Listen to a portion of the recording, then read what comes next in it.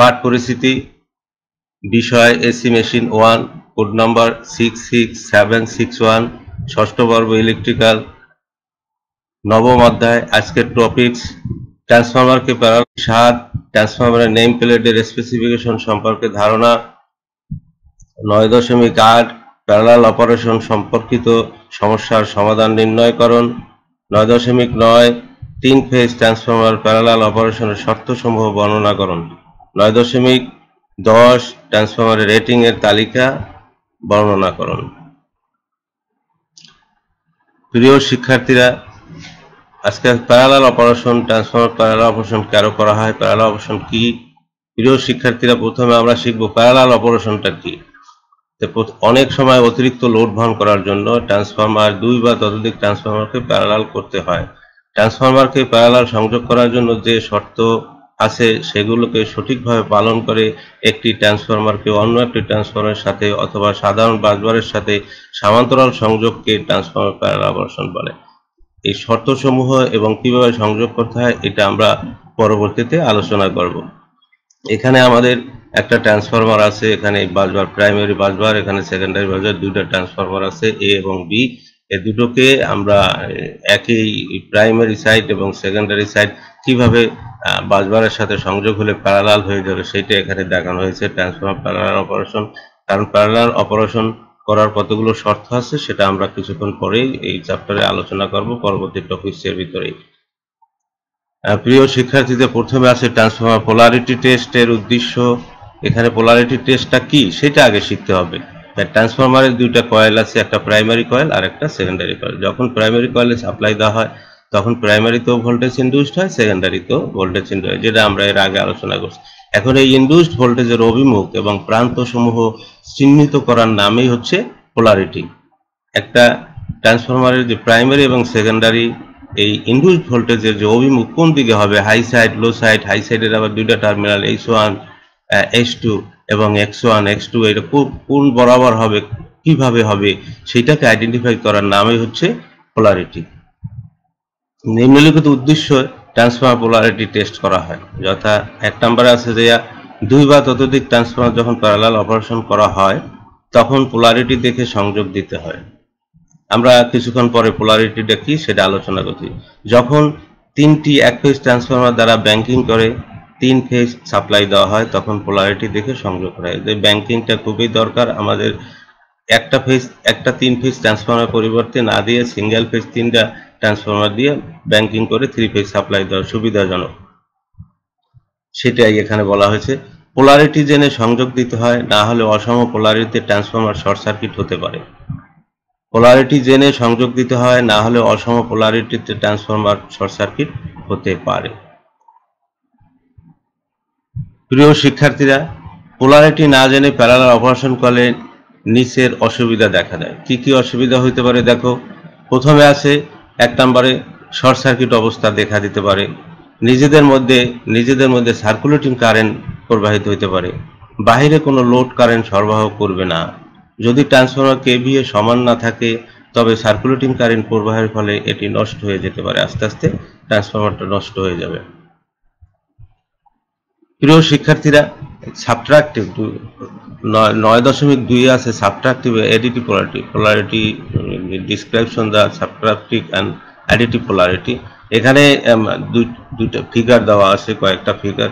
এখানে আগে আমাদের পোলারিটিটা কিভাবে, আগে পোলারিটি জানার আগে আমরা এই জিনিসটা একটু তোমাদেরকে দেখাচ্ছি। দেখো প্রিয় শিক্ষার্থী, তখন আমরা এখানে প্রথমে কি করতে হবে, এই ফিগারটার দিকে তাকাও।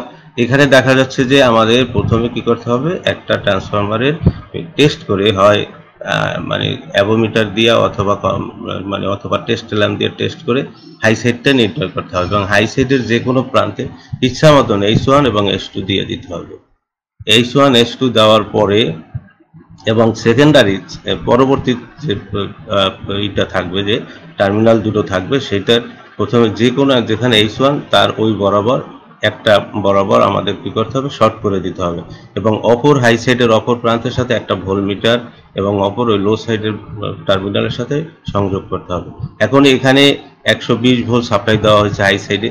যদি আমাদের হাই সাইডে সাপ্লাই দেওয়ার পরে যদি দেখা যায় যে এই টার্মিনালের মধ্যে ভোল্টেজটা এখানে যে ভোল্টেজ দেওয়া আছে সেকেন্ডারিতে 12 ভোল্ট, এই দুটো যোগ হয়ে আসে তাহলে হবে অ্যাডিটিভ, আর যদি এখানে বিয়োগ হয়ে আসে তাহলে হবে সাবট্রাকটিভ। এখানে এই যে ভোল্টেজ এখানে দুইটা ব্যাটারি দিয়ে এখানে বোঝানো হয়েছে, এখানে 120 ভোল্ট এবং এখানে আছে 12 ভোল্ট, এই দুইটা এখানে পজিটিভ টু নেগেটিভ, এখানে নেগেটিভ টু পজিটিভ, আবার এখানেও নেগেটিভ। তো অতএব এখানে 120 ভোল্টের সাথে 12 ভোল্ট যোগ হয়ে এখানে রেজাল্ট এই ভোল্টমিটারের পার্টটা যদি আমাদের বেশি এসে যায় তাহলে যোগ বুঝালে হবে অ্যাডিটিভ পোলারিটি। সিমিলারলি এখানে যদি এরকম এই 120 ভোল্ট এখানে মাইনাস আছে, এইটা তার বিপরীত দিকে হয়ে গেছে, তার বিপরীত দিকে হলে বিয়োগ হয়ে যাবে, 120 থেকে 12 ভোল্ট বিয়োগ করলে আসতেছে 108 ভোল্ট, তাহলে এরকম যদি হয় তাহলে সেটা হবে সাবট্রাকটিভ পোলারিটি। এখানে প্রিয় শিক্ষার্থীরা, এখন সাবট্রাকটিভ পোলারিটি কি সেটা আমরা এখানে দেখব। এখানে এই চিত্রে এখানে আমাদের প্রথমে যে H1 H2 এখানে X1 X2 এখানে সাবট্রাকটিভ পোলারিটির বেলায় এখানে হাই সাইডের সাথে এবং লো সাইডের যে কোনো একটা প্রান্ত জাম্পার দিয়ে এখানে শর্ট সার্কিট করা হয়েছে। এখানে ওই আগের মতন এখানে একটা ভোল্টমিটার দিয়ে সংযোগ করা হয়েছে। এখন যদি এখানে ভোল্টেজ সাপ্লাই দেওয়া হয় তাহলে এই ভোল্টে ভি এর মানটা যদি এখানে যে ভোল্টেজটা সাপ্লাই দেওয়া হচ্ছে তার সাথে বেশি ভোল্টেজ দেখা যায় তাহলে আসবে যে অ্যাডিটিভ, আর যদি কম ভোল্টেজ এসে যায় এখানে 120 ভোল্ট আছে, এখানে যদি 110 ভোল্ট বা 12 ভোল্ট, এখানে 12 ভোল্ট আছে তাহলে বিয়োগ হয়ে আসবে যে 108 ভোল্ট। এটা যদি 108 ভোল্ট বা তার কাছাকাছি ভোল্টেজ আছে তাহলে বুঝতে হবে এটা সাবট্রাকটিভ পোলারিটি হয়েছে। এবং এই টার্মিনালগুলো হবে যে বরাবর H1 থাকবে, সেই বরাবর আসবে যে সেকেন্ডারি টার্মিনাল X1, এবং H2 যে বরাবর লেখা থাকবে সেই বরাবর হবে X2। তাহলে আমরা এইভাবে এই সেকেন্ডারি টার্মিনালের H1 X1 এবং H2 X2 এটা অভিমুখ পেয়ে যাব। প্রিয় শিক্ষার্থীরা, অ্যাডিটিভ পোলারিটির ক্ষেত্রেও সেম এই H1 এবং H2 করা হয়েছে। এখানে H1 এবং জাম্পার দিয়ে এখানে শর্ট করা হয়েছে। এখন যদি এখানে যে ভোল্টেজটা আমরা সাপ্লাই দেব এখানে আছে 12 ভোল্ট, এই ট্রান্সফরমারটা ধরেছে 120 ভোল্ট বাই 12 ভোল্টের একটা ট্রান্সফরমার। তাহলে এখানে যদি এই ভোল্টমিটারের পার্টটা যদি বেশি এসে যায়, মানে 120 এর সাথে 12 যোগ হয়ে যায় আগের মতো, তাহলে হবে অ্যাডিটিভ পোলারিটি। সেম এখানে চিত্র অনুযায়ী হাই সাইডের একটি টার্মিনাল বিপরীত দিকে লো সাইড টার্মিনালের সাথে সংযুক্ত করার পর অপর হাই সাইড টার্মিনালের সাথে বাকি লো সাইড টার্মিনাল ভোল্টমিটার সঙ্গে ভোল্টমিটার পার যদি আরোপিত ভোল্টেজের সাথে বেশি দেখায় তবে অ্যাডিটিভ পোলারিটি হবে।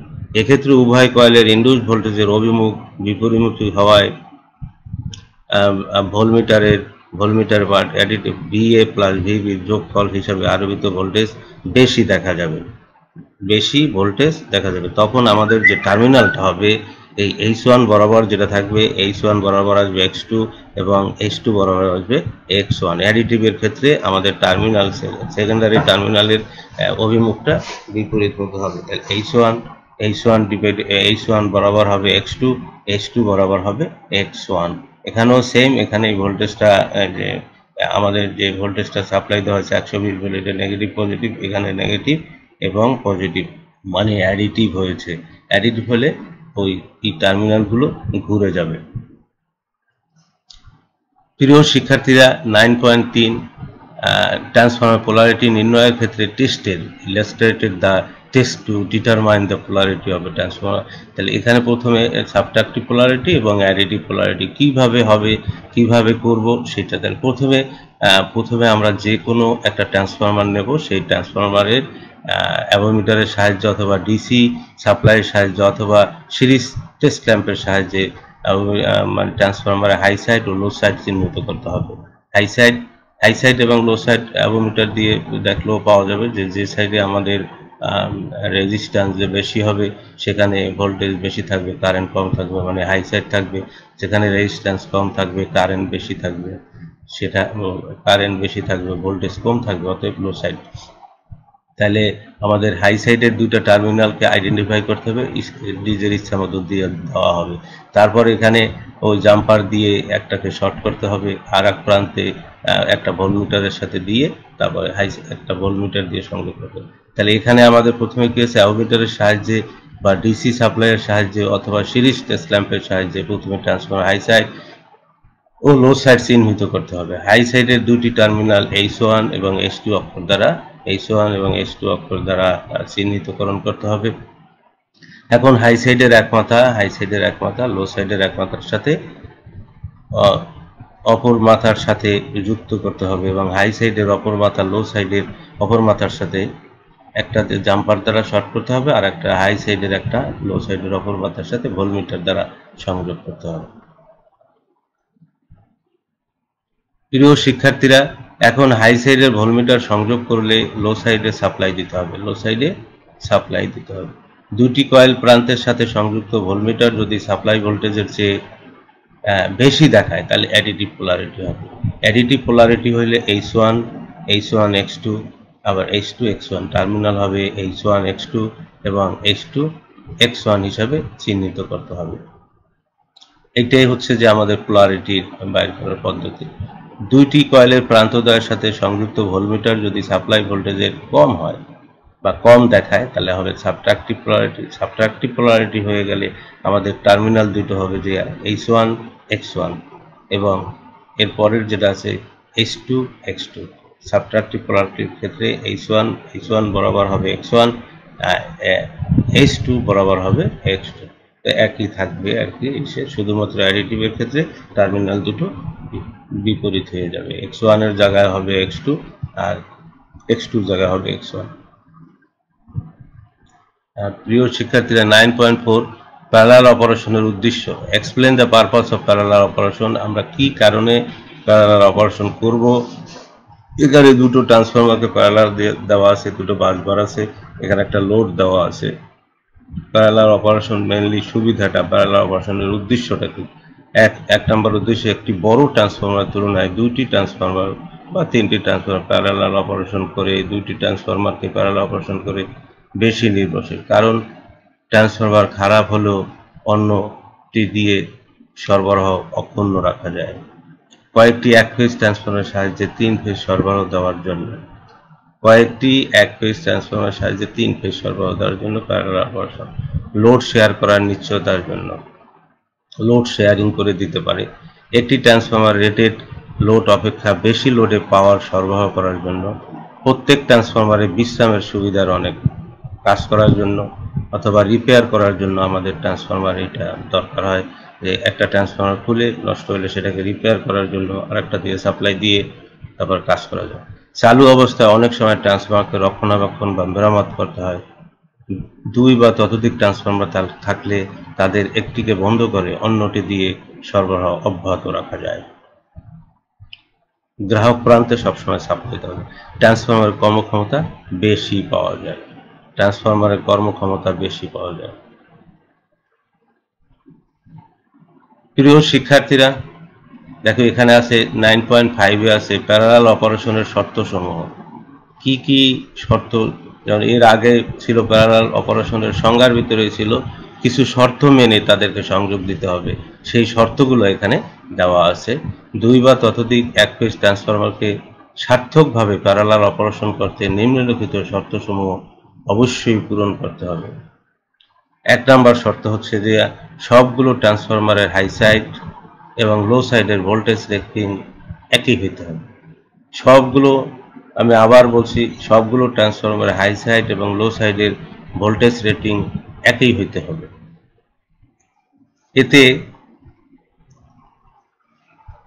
এতে অবশ্যই ট্রান্সফরমেশন রেশিও একই হতে হবে। ট্রান্সফরমার সমূহকে পোলারিটি অনুযায়ী সংযোগ দিতে হবে, যেটা পোলারিটি টেস্ট আমরা করলাম, কিছুক্ষণ আগে দেখালাম। প্রতিটি ট্রান্সফরমার নিজস্ব সমতুল্য রেজিস্ট্যান্স বা ইকুইভ্যালেন্ট রেজিস্ট্যান্স এবং ইকুইভ্যালেন্ট রিঅ্যাক্ট্যান্স একই হতে হবে। কোনো জায়গায় আবার লিখে একই কোম্পানির হলে ভালো হয়। প্রতিটি ট্রান্সফরমার নিজস্ব সমতুল্য রেজিস্ট্যান্স এবং রিঅ্যাক্ট্যান্স একই হতে হবে, অর্থাৎ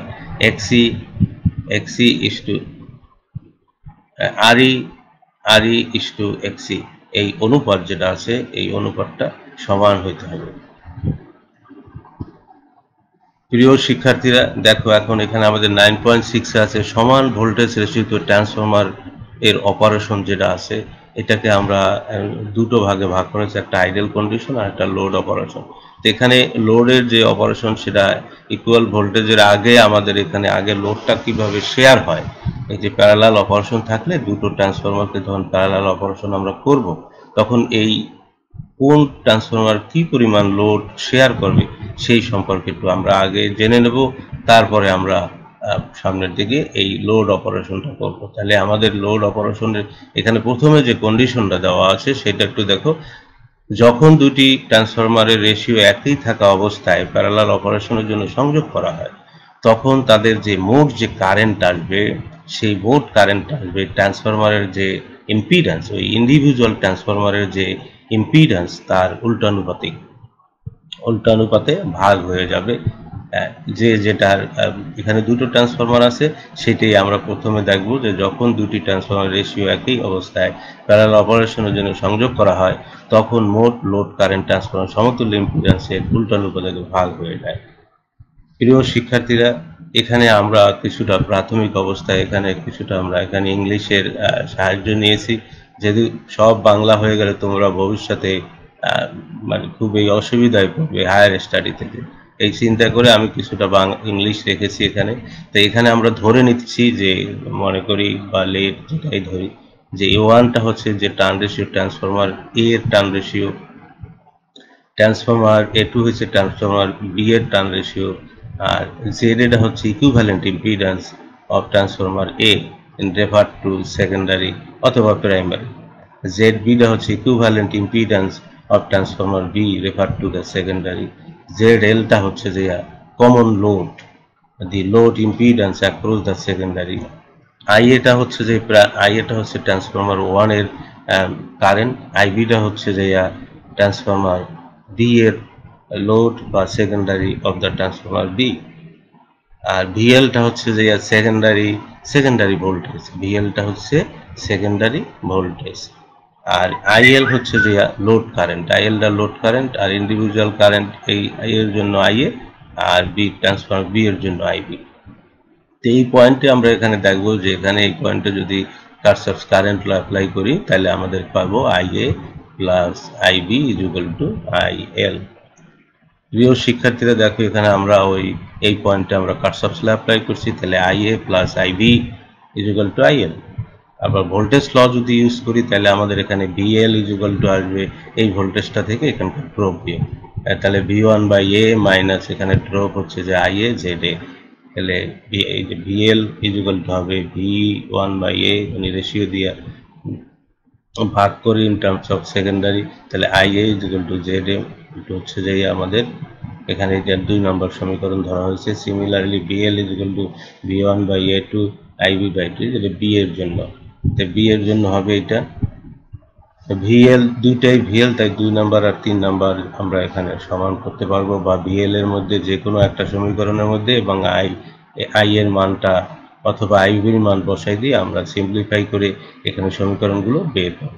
এখন দেখো আমরা ওই 2 আর 3 সমীকরণ দিচ্ছি, পুটিং দ্য ভ্যালু অফ এখন বি ফর্ম ইকুয়েশন 1 আর 3 যদি বসাই তাহলে ভিএল ইজ ইকুয়াল টু আসবে যাইয়া VL is equal to A by I two is equal to এখানে আইবির মানটা বসাইছে, তাহলে IL minus A into Z B.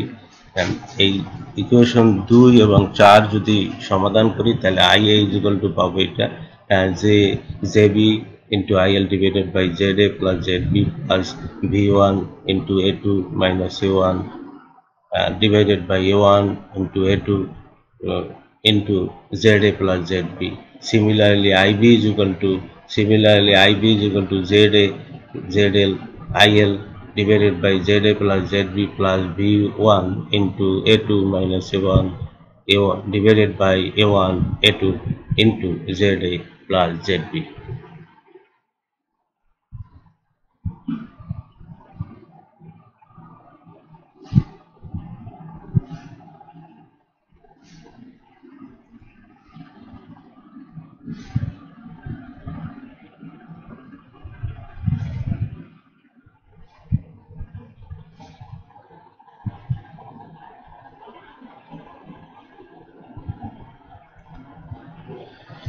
Now solving equation 2 and 4, we have ZA is equal to ZBL plus ZL plus ZA plus ZB plus V1 into A2 V2 A2 এদের আর ZA ZB যেটা আগেই দেখানো হয়েছে, তাহলে এখানে যদি আমাদের দুইটা পোর্শন আছে, এই কারেন্টের এই একটা পোর্শন, এই একটা পোর্শন।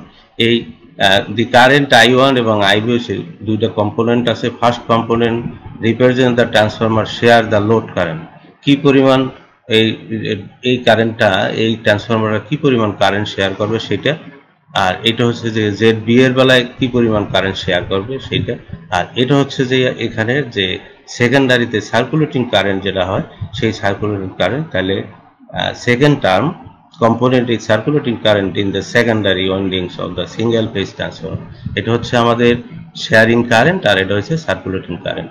এখন যদি আমরা এই যে A1 আর A2 যদি রেশিওটা আমরা সমান করি তাহলে এই পার্টটা 0 হয়ে যাবে, এই পার্টটা 0 হয়ে যাবে, তখন আমরা পাবো IA ইকুয়াল টু এটা, IB ইকুয়াল টু এটা। তখন এখানে এই যে ইকুয়াল ভোল্টেজ রেশিওর ক্ষেত্রে A1 সমান A2 যদি করি তাহলে আমাদের পাইতেছি IA equal to ZB IL divided by ZA plus ZB, similarly IB equal to ZA plus Z। এখন এই একটা সমীকরণকে আরেকটা সমীকরণ দিয়ে ভাগ করলে আমরা পাবো যে IA plus IB divided by ZB plus Z। তাহলে এখানে আমাদের দেখা যাচ্ছে যে এই যে কারেন্ট তার ক্লিয়ার যে দেখা বলা যাচ্ছে যে কারেন্ট হচ্ছে যে ইনভার্সলি প্রপোর্শনাল অফ যে নিজস্ব যে ট্রান্সফরমারের যে ইম্পিডেন্স আছে ইম্পিডেন্সের সাথে ইনভার্সলি প্রপোর্শনাল।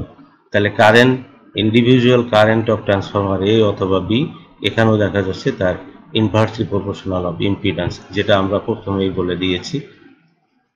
এখন আসবো আমরা এই যে ZA এটা আগেই পেলাম, এখন আমরা দেখবো যে ZA এই দুটাকে গুণ করলে ZA plus ZB equal to IB equal to ZB।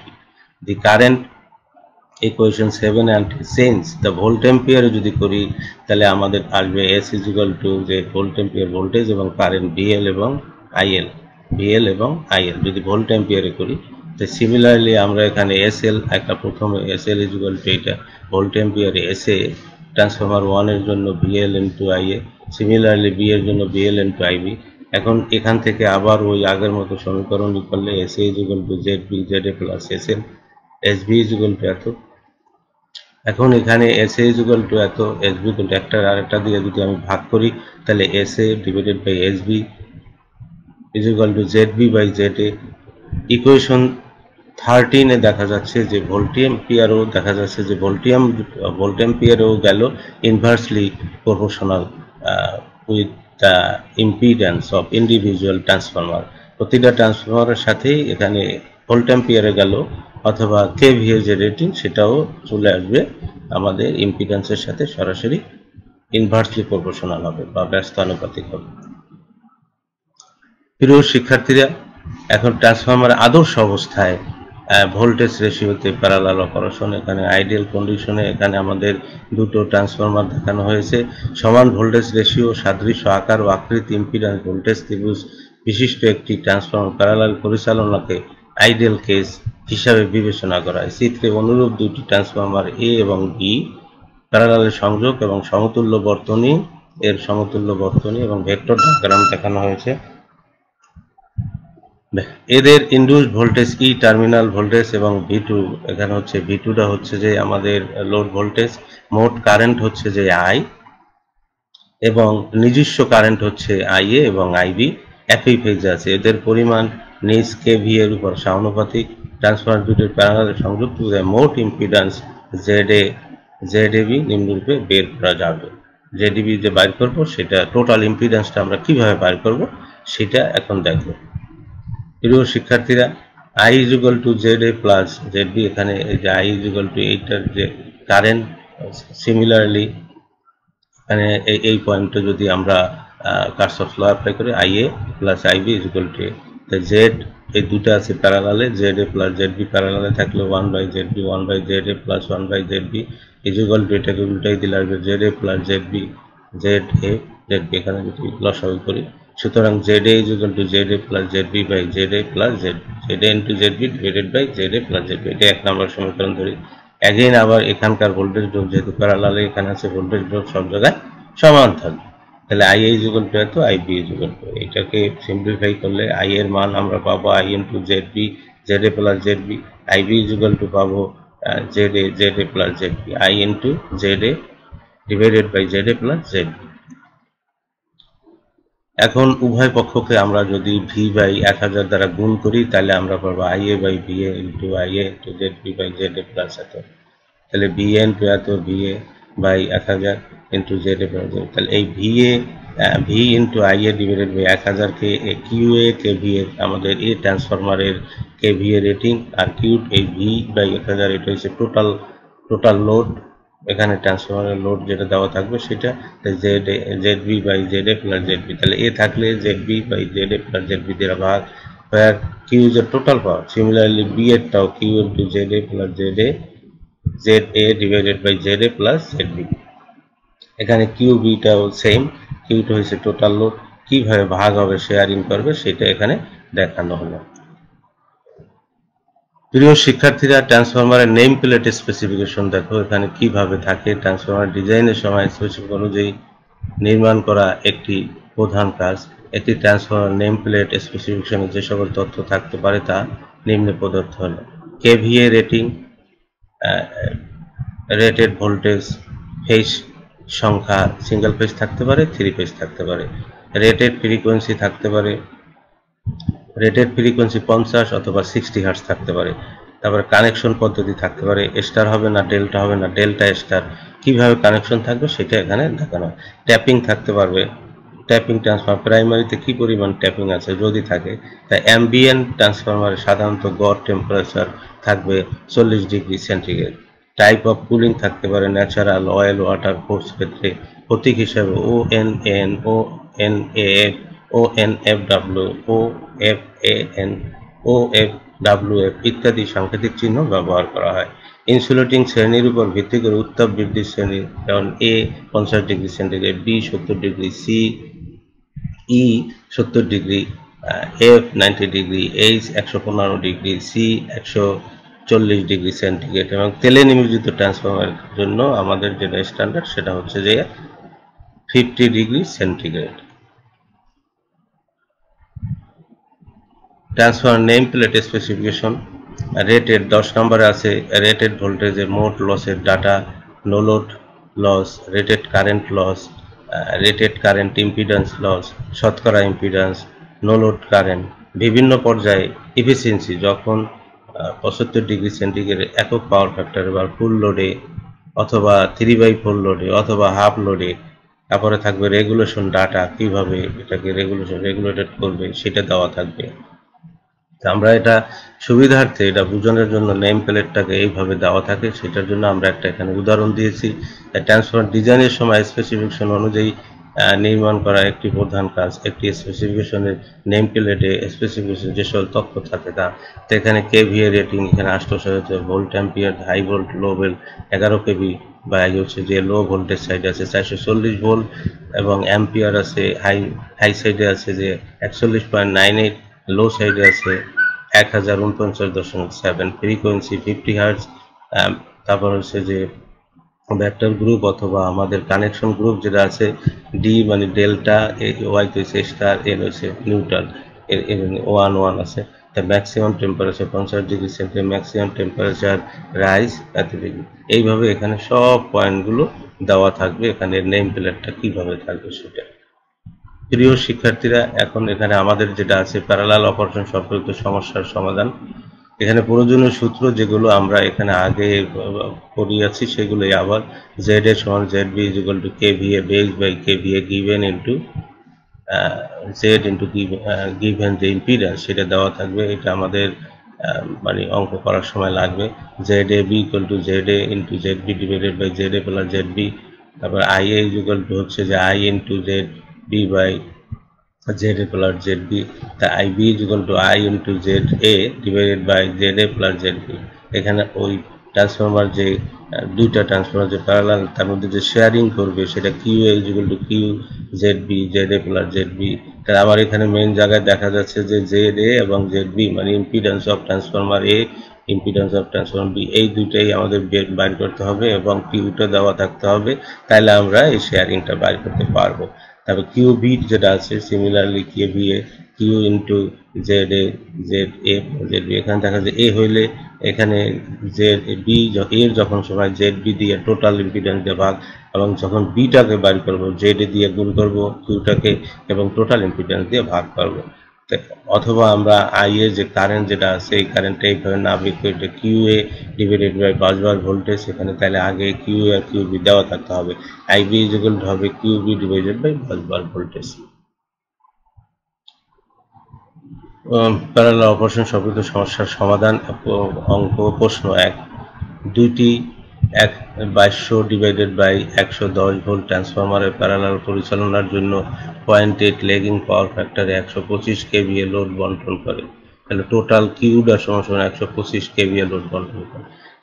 ট্রান্সফরমারগুলো rating এ হচ্ছে 110 কেভিএ, 0.9% রেজিস্ট্যান্স, 10% রিঅ্যাক্ট্যান্স। বি হচ্ছে 50 কেভিএ, 1% রেজিস্ট্যান্স, 5% রিঅ্যাকশন হলে উভয় ট্রান্সফরমার কত লোড বহন করবে। তাহলে আমাদের মেনলি বাইর করতে হবে কি কি দেওয়া আছে এখানে।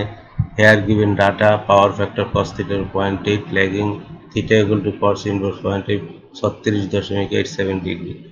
KVA rating Q is equal to 125 at an angle, এখানে যেটা অ্যাঙ্গেল থাকবে সেটা, এবং এটা দেওয়া আছে ল্যাগিং, এই জন্য এখানে এটা মাইনাস করা হয়েছে, ল্যাগিং এত ডিগ্রি। তাহলে আমরা এখানে যেহেতু এখানে আছে একটা আছে 110 কেভিএ আর একটা আছে 50 কেভিএ, এই জন্য একটাকে বেস কেভিএ ধরতে হবে। বেস কেভিএ ধরার সময় এখানে আমাদের 110 কেভিএ বা 100 কেভিএ 100 কেভিএ 100 কেভিএ আর হলো যে এই ইম্পিডেন্স যেটা থাকবে, ইম্পিডেন্স এই 100 কেভিএ এর জন্য যেটা আছে সেটা হবে 0.009 প্লাস জে 0.0 পার্সেন্টেজ করলে যা আসে সেটা। এখন জেড বি যেটা বাইর করবো, জেড বিটা হবে যে আমাদের এখানে বেস কেভিএ ধরা হয়েছে, এখানে আমাদের 50 আর এখানে দেওয়া আছে 100। তাহলে 50 এবং 100 যেটা বড় থাকবে সেইটা, অথবা দুইটার যোগফল, অথবা মানে হাইয়েস্ট যেটা থাকবে সেটা। তাহলে এখানে আমরা হাইয়েস্টটা ধরে নিলাম কেভিএ বেস, যেটা সূত্র দ্বারা জেড বি ইকুয়াল টু হচ্ছে যে 100 কেভিএ ডিভাইডেড বাই 50, এখানে দেওয়া আছে কেভিএ, আর হলো এর ইম্পিডেন্স যেটা দেওয়া থাকবে 0.01 আর 0.02, এটাকে গুণ করলে আমাদের আসবে যে 0.02 প্লাস জে অফ 0.1। এখন জেড এ এত, জেড বি এত পেয়ে গেলাম, তাই Z A plus Z B দুটো যোগ করলে পাবো এত। এটাকে আমরা আবার রেক্টাঙ্গুলার থেকে পোলারে নিয়ে রেখে দিলাম এত ওহম। তাহলে আমাদের এখানে বের করতে হবে কেভিএ লোড অফ ট্রান্সফরমার এ, এতে কিউ এতে কত, কে কত লোড শেয়ার করে নিবে এবং এর মানটা বের করতে হবে। এরপরে আমাদের পরের যেটা আছে Z A by Z B, Z A plus Z বিটা বের করে নিলাম, জেড এ দুটার যোগফল পেলাম এটা, এটাকে রেক্টাঙ্গুলার থেকে পোলারে নিলাম এটা।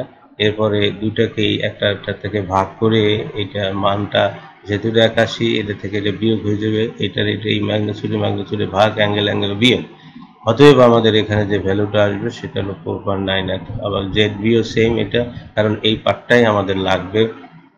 এখন লোড শেয়ারিং যেটা আছে, সিমিলারলি জেড বিটা হচ্ছে যে Z A plus Z B 0.2 plus যে এটাকে রেক্টাঙ্গুলার থেকে পোলারে নিয়ে গেছে এবং এইটাকে রেক্টাঙ্গুলার পোলার, তারপরে একটাকে একটা ভাগ দিয়ে এই অ্যাঙ্গেলকে বিয়োগ করে তারপর যে মান পাওয়া গেল এটা। এখন লোড শেয়ারিং কিউ এ যে কিউ 125 দেওয়া আছে এত, জেড বি প্লাস এখানে এ থাকলে Z B by Z A plus Z B, এই ভ্যালু এই ভ্যালুটাকে আমরা এখানে বসাবো। তাহলে মান আসতেছে, এই দুটোকে গুণ করলে আমরা পাবো 63.125 অ্যাট অ্যান অ্যাঙ্গেল এত কেভিএ।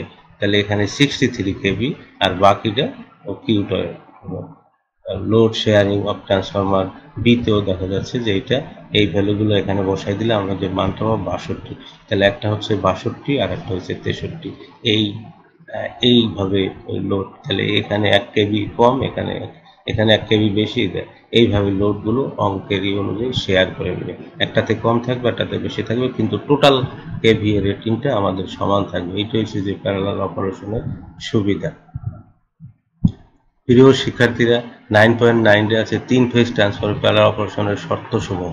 এখন আমরা এখানে কি কি শর্ত পালন করব। এখানে 3 ফেজ, আগে ছিল সিঙ্গেল ফেজ, এখন হচ্ছে যে 3 ফেজের বেলায় আমাদের কি কি করতে হবে।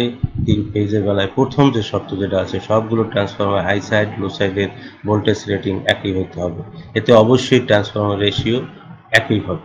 ট্রান্সফরমার সমূহকে সঠিক পোলারিটি অনুযায়ী অবশ্যই সংযোগ দিতে হবে। প্রতিটি ট্রান্সফরমারের নিজস্ব সমতুল্য রিয়াক্ট্যান্স এবং রেজিস্ট্যান্সের অনুপাত একই হতে হবে। প্রতিটি ট্রান্সফরমার সমতুল্য ইম্পিডেন্স অবশ্যই নিজস্ব কেভিএ রেটিংয়ের সাথে উল্টানুপাতিক হতে হবে। 3 ফেজ ট্রান্সফরমার প্যারালাল সংযোগ করার পূর্বে নিম্নলিখিত শর্ত অবশ্যই পূরণ করতে হবে। প্রাইমারি ও সেকেন্ডারি ভোল্টেজের মধ্যে ডিসপ্লেসমেন্ট একই হতে হবে। প্রতিটি ফেজের ফেজ সিকোয়েন্স সমান হতে হবে। 3 ফেজ ট্রান্সফরমার ব্যাংকিং এর ক্ষেত্রে সবগুলো ট্রান্সফরমার কোর এবং সেলের প্রকৃতি একই হতে হবে।